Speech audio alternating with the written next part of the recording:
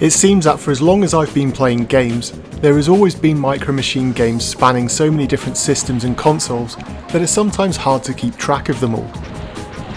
I have fond memories of playing the various releases, and it seems a shame that we've waited for so long now to get a next generation console release. But landing on store shelves in early 1999 was Micro Machine 64 Turbo, a 64-bit version of the PlayStation game which had previously been released. As Codemasters' first N64 release, it was fair to say that a direct port of the PlayStation game would be expected. And that's pretty much exactly what we got, aside from the benefit of having next to no load times due to the cart-based format. When I first heard that Micro Machines was being released on the N64, I was worried that they would try to do what a lot of other developers did with their old IPs, and that was to try and turn the game into a fully fledged 3D racer. Thankfully that wasn't to be the case, and so if you love the slightly retro style gameplay of the first game, then not much has changed in terms of the core gameplay mechanics. Booting up the game in single player mode gives you 3 game modes. Time trials is pretty much self-explanatory.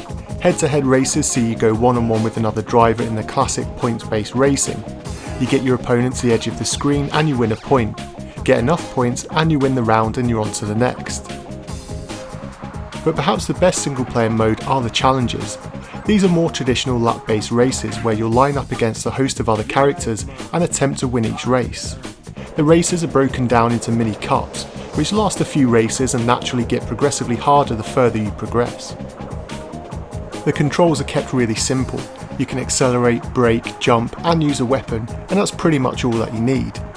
What the races really do come down to is track memorization, and with 48 different circuits, it's not a game which you can breeze through in a weekend. There are also 5 different speed settings which can help you ease into the game, and it makes it simple to pick up and play even with friends who are new to the game. And that's perhaps where the game is at its strongest. Sure, the solo game modes are fun, but the series is known as being a multiplayer classic, and that's where Micro Machine 64 Turbo really shines the most. In a great twist, the game is actually supporting up to 8 players at the same time by way of sharing 4 controllers. It sounds complicated, but it really works. The only downside is that you'll need to be sharing a controller with someone who doesn't throw down their controller in anger all that often. Multiplayer becomes so competitive, and the simplistic gameplay really makes this one of the console's best multiplayer offerings. Visually the game isn't a masterpiece, but it's hardly a slacker. With a fixed viewpoint and some good 3D polygons, the tracks and cars do look the part.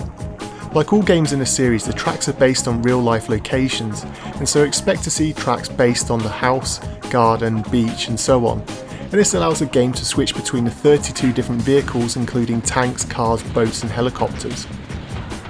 While everything does sound great, the game does have a few slight annoyances.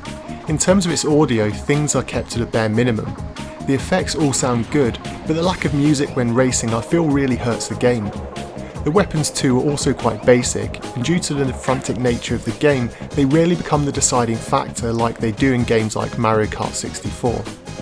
There are also times where the camera moves position too quickly, which can make turning tight corners difficult and leave you hurtling off the edge and exploding.